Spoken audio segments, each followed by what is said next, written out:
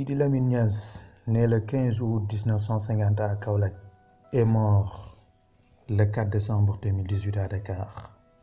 Est un homme public sénégalais, juriste, enseignant, journaliste et guide religieuse. Il est le fondateur et le président directeur général du groupe de presse sénégalaise Walfadjri. Fils du grand savant, écrivain et homme de Dieu Mohamed Al-Khalifa Niasse, 1881 en 1959. Il est issu d'une des familles maraboutiques les plus connues du Sénégal et de l'Afrique. Sa mère, la Sarife Amina Bint Baham, est de la grande tribu du Zidawali de Mauritanie, descendant du prophète Mohammed. Petit-fils d'El Hadji Abdoulaye Niasse, fondateur de la branche niassène de la Tariqa Tidjaniya, Sidi Lamine Niasse s'est beaucoup investi pour l'unification de la grande famille niassène, entretenant les meilleures relations avec l'ensemble des guides religieux du Sénégal et n'accordant pas une grande différence entre sunnis, suites et soufis.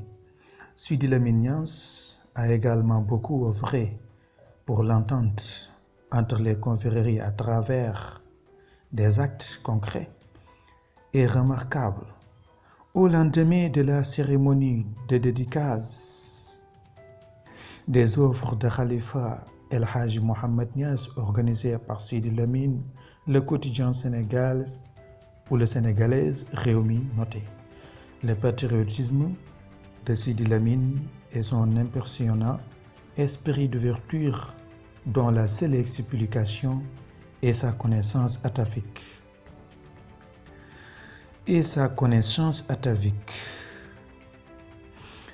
Et capillaire de l'étirement, les personnalités religieuses choisies pour être les parrains relèvent d'obédiences confrériques différentes, mais ne croyant qu'à un seul Allah, appartient à une seule religion, ne suivant que la tradition du prophète et n'appartient qu'à une seule religion, l'islam. Sidi Lamine a réussi à illustrer l'unité nationale en la consolidant par une mobilisation autour de la charge. C'est l'accueil humain et qui fait l'homme. Sidi Lamine Niasse commença sa carrière professionnelle par l'enseignement. De 1971 en 1975, très jeune, il est enseignant en arabe. Il était alors comme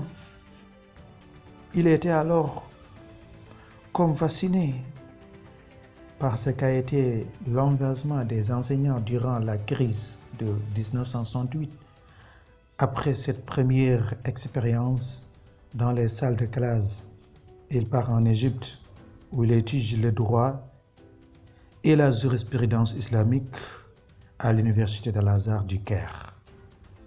Comme beaucoup de jeunes d'origine maraboutique de sa génération, il a voulu élargir son horizon intellectuel et sa connaissance du monde islamique, au sein duquel les débats d'idées tournaient non seulement autour des questions de la foi et du rituel, mais aussi autour des problèmes politiques et sociaux et de la place de l'islam dans un monde dominé de plus en plus par un matérialisme souvent destructeur des valeurs spirituelles, sociaux et humaines.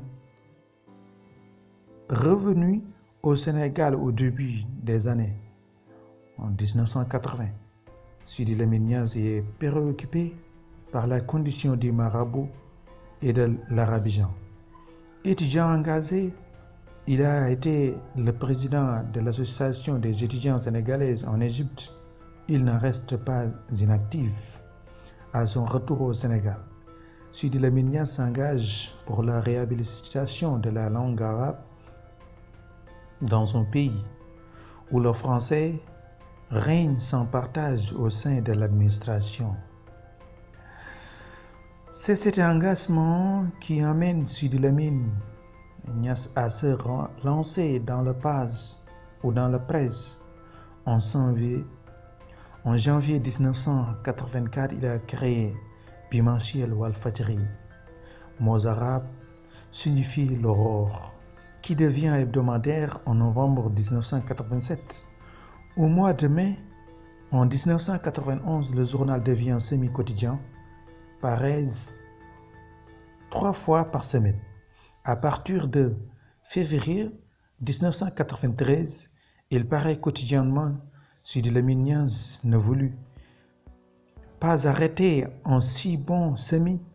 En novembre 1997, il obtient une bande FM Walf FM et progressivement il mit en place le premier groupe de presse de l'Afrique de l'Ouest composé d'un quotidien Walf Quotidien, d'une radio Walf FM, d'une télévision Walf TV et d'un site internet, un groupe de presse qui fait de Sidi Lamine Niasse l'un des hommes les plus influents du Sénégal.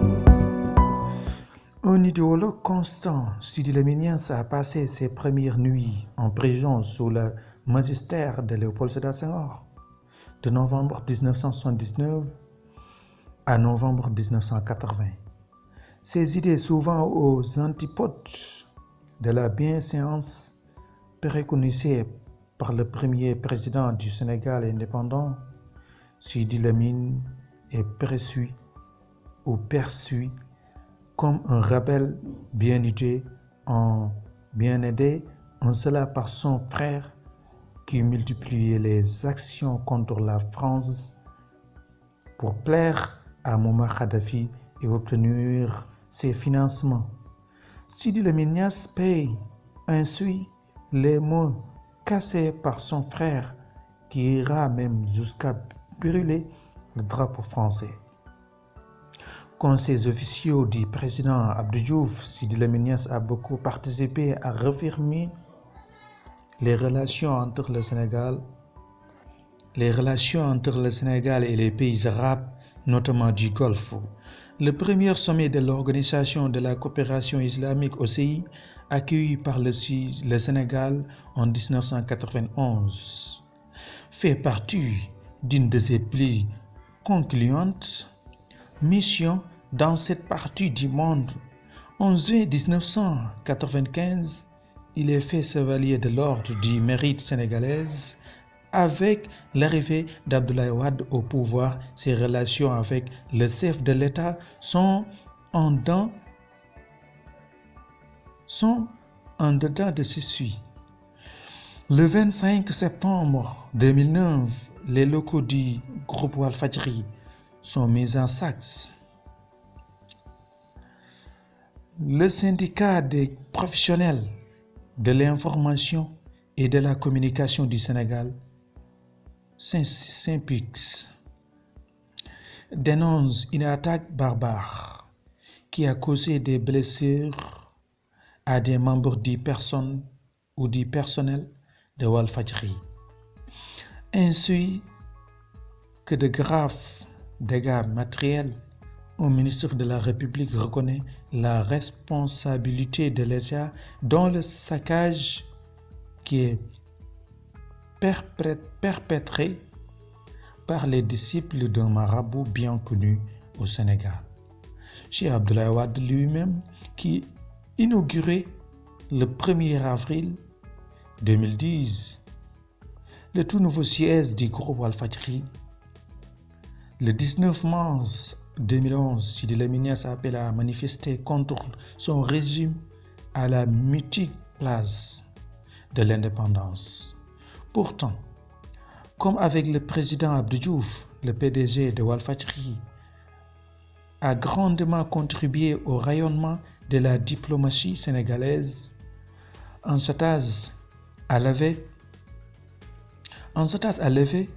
les difficultés qui ne manquaient pas durant le magistère d'Abdoulaye Wade, celui qui a facilité le dialogue avec l'Iran autour du nucléaire et a permis à Abdoulaye Wade d'aider à la pacification des relations entre ce pays et l'Occident.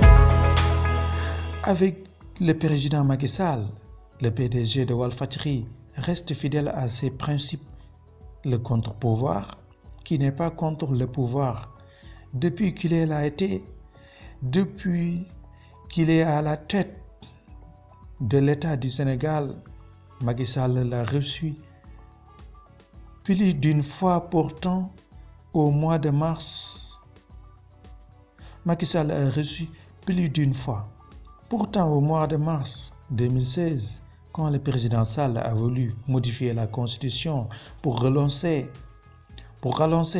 son mandat, Sidi Lamine Niasse s'y est opposé et publiquement demandé à voter non au référendum. Entre le président Macky Sall et son prédécesseur, Sidi Lamine Niasse a joué les bons services et a permis à plusieurs reprises la conciliation de deux positions antagoniques lors du dernier sommet de la francophonie accueilli par le Sénégal. Au mois de novembre 2015, Abdoulaye Wade voulut organiser une manifestation. Le régime en place s'y opposa et mit sur la table des raisons de sécurité. C'est Sidi Lamine Niasse, en tant que médiateur, qui a poussé l'ancien président du Sénégal à reconsidérer sa position et son successeur à permettre aux opposants d'organiser les manifestations. Essai. Le système islamique, dimension et perspective. Sarifou ou la fin de l'obscurantisme en 1999, un arabisant entre la presse ou un arabisant entre presse et pouvoir.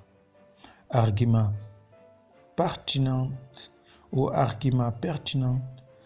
en réponse à ceux qui interdisent aux hommes de saluer les femmes de la main. Abdoulaye Wade, un président par défaut. L'étranger parmi les